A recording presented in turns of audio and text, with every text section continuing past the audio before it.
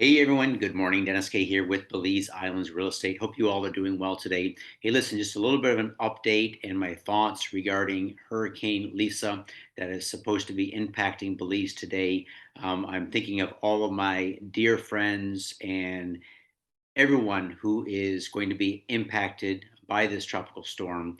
And what I wanted to do in this video is not to give you details about the storm itself because that's changing by the hour. There are a lot of resources you can go to either on YouTube or on Facebook where things are being updated and posted regularly.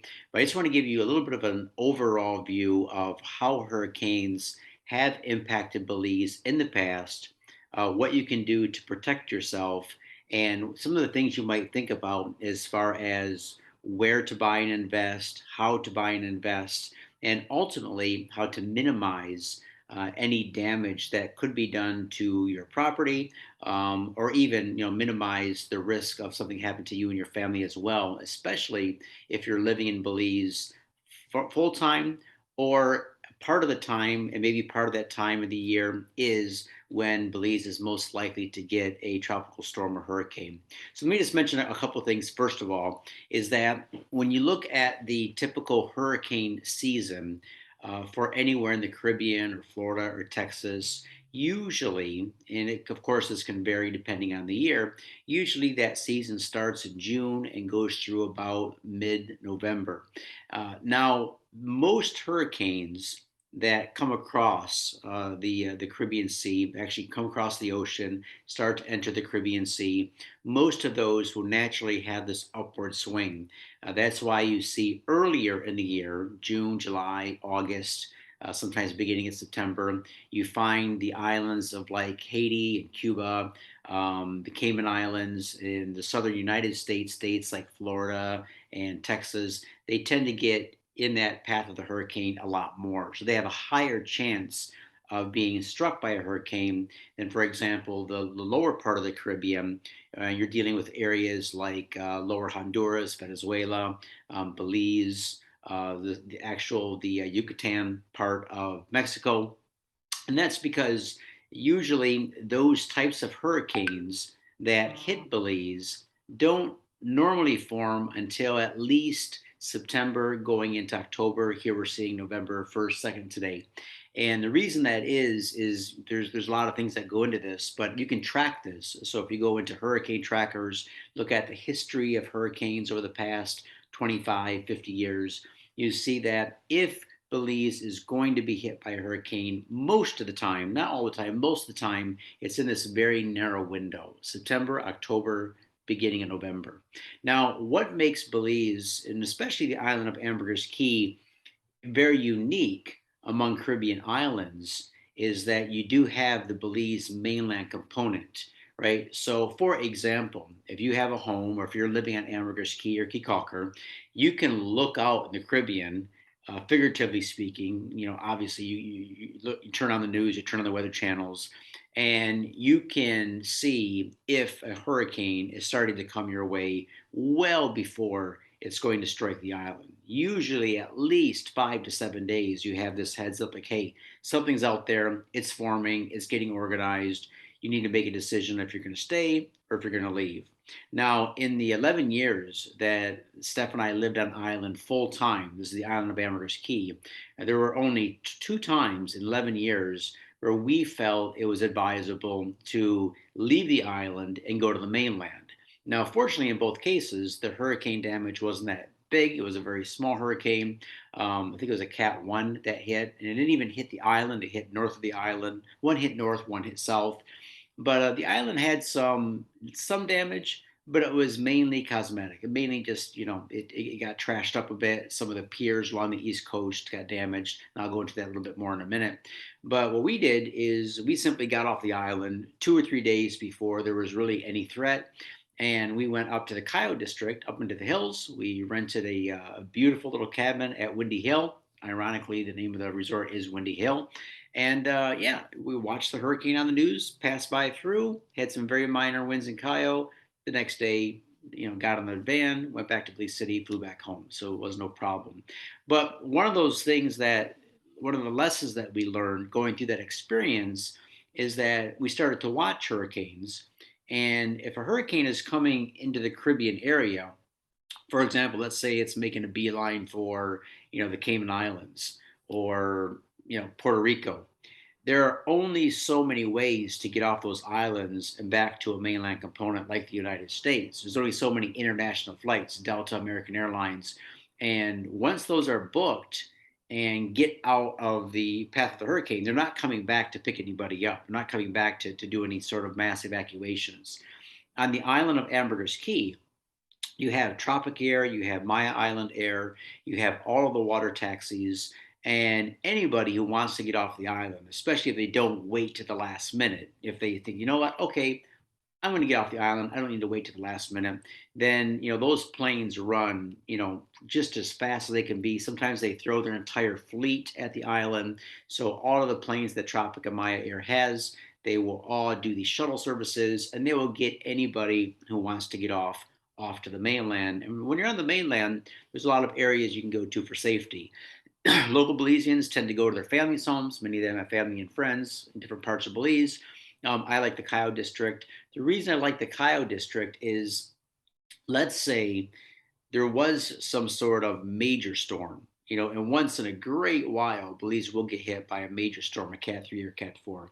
Let's say it's a direct hit into Belize City and it affects the international airport, and now you're in the Caye district. Let's say you want to get back to the United States or Canada. Where can you go? Well, you could try to make your way up to Cancun. Who knows if you have good service up there or not? But from the Caye area, you have options, right? So if you want, get back to Belize City, fly out. If you can make it up to Cancun, take the bus up there or get a transfer up there, you can do that. Also, you can go over to Guatemala, right? So you can just jump the border, go into Guatemala, and there are several airports across the border you can fly out of. So it does give you options. Dealing specifically, though, with the island of Ambergris Caye again, not only is it possible to, normally get off the island to a place of safety and then come back when there's, when that issue has passed. A couple of my recommendations on that is, you might feel that it's going to be a small storm, and so you're willing to ride it out. Maybe if you're living in a nice concrete home, you're not going to be affected by storm surge. You're very well protected against the wind. You might think to yourself, you know what? I don't have to leave. Well, that might be true, but let's say the island does take a direct hit, and now the power is out for, let's say, 1, 2, 3 days, 4 days, however long it takes to get the power back on. Do you really want to live in a boarded up home when it could be 80, 85 degrees or 90 degrees outside with no AC, no fan, no refrigerator, right? So all your power is out. So that is leading me to my first recommendation, is that if you have a home or a condo, or you're going to be building a home on Ambergris Caye, think about a couple of things where you could help to mitigate some of these uncomfortable situations. So, for example, have a backup generator. They're cheap, they're easy to install, have some gas on hand. That way, even if the power is out for a couple of days, well, you're not without power. Your refrigerator is running, you have a fan, you have your AC probably, and you're comfortable. And then when you're comfortable, you're sleeping good, you're eating good, and now you can be of use to the island that probably needs your help, right? So you can go out and help your neighbors, volunteer to clean up, something like that. A couple of other things to think about as well is that when you're considering, where in the Caribbean to buy and build, the island of Ambergris Caye has that large, second largest barrier reef in the world running right outside its front door on the east coast. So when you look at storm surge, there is a bit of storm surge on that east coast, depending on the strength of the hurricane, the eye, and how much water it lifts to bring in.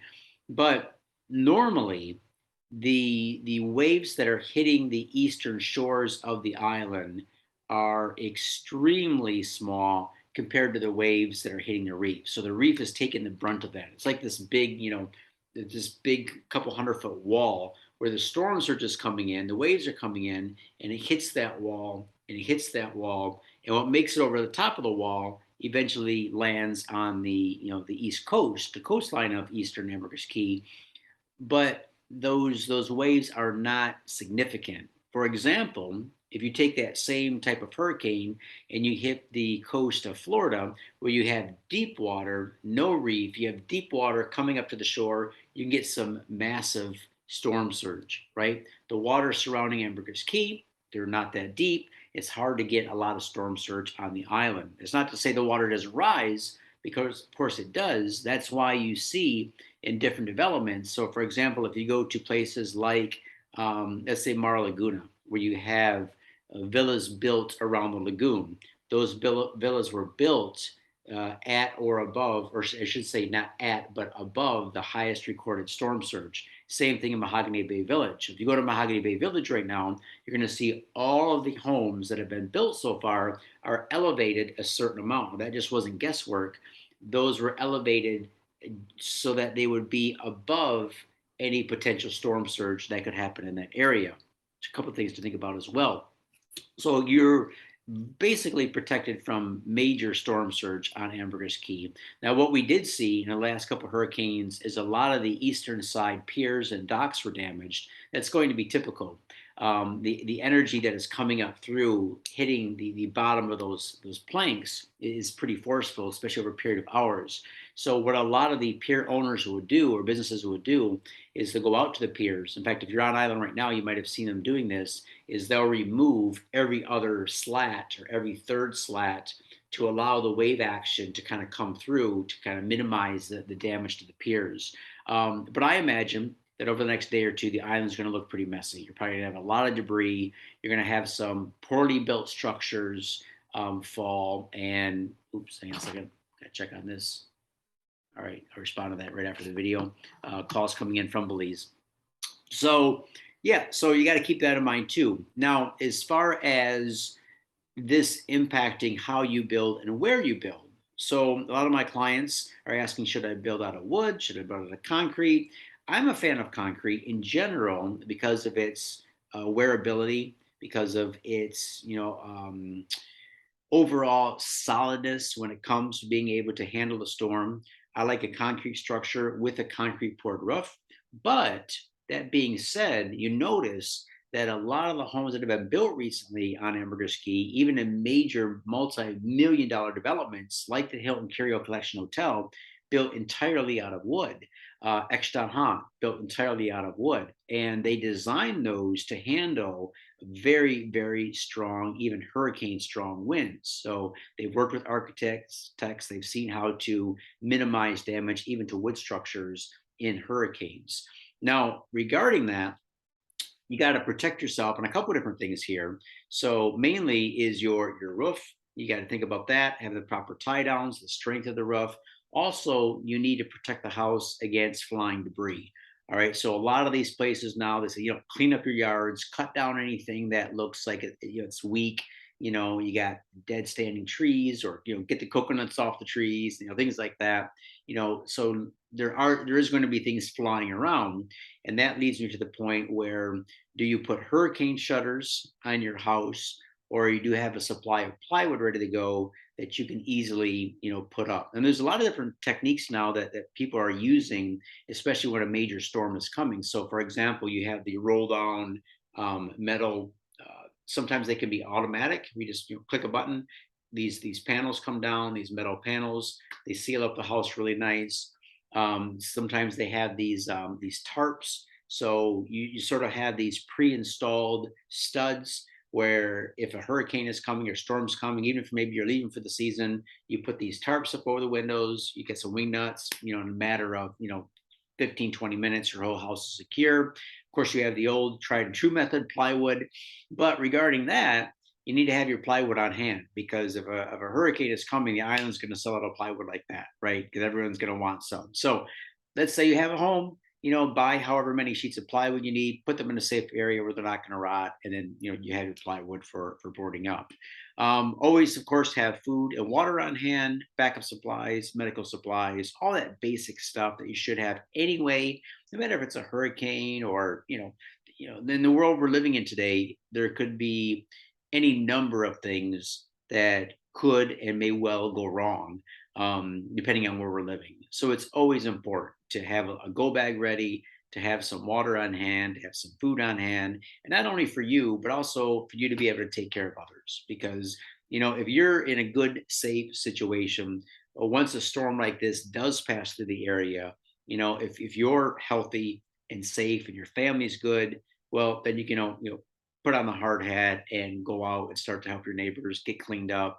And if there's any real emergencies on the island, you're going to be in a position to help.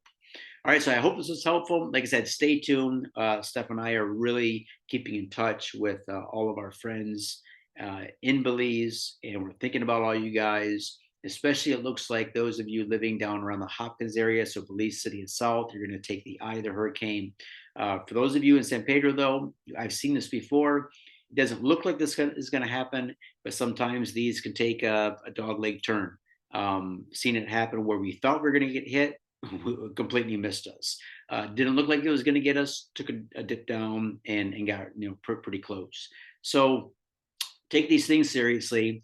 But again, when you're looking at places to move and invest, you got to think, okay, is the place I'm investing in safe? First of all, is it safe politically? Does it have a good structure to it as far as secure ownership? So your rights as a property owner, also your safety as a human being, is where I want to go safe for me and my family.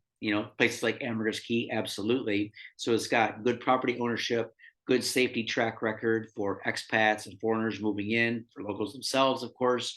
And then, you might even, down the line are things like natural disasters, which do occur and are going to occur all over the world. You're going to have places that are more subject to droughts, more subject to fires, things like that.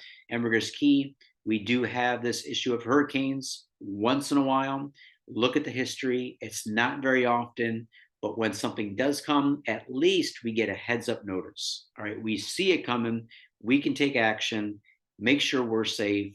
We can help mitigate some of the damage or some of the loss that could come from a hurricane based on where we build, how we prepare for these things. So, you guys, for all of my dear friends on Ambergris Caye, please stay safe. We love you dearly, and we're looking forward to seeing you all real soon. All right, take care. Thanks for watching. Talk to you soon.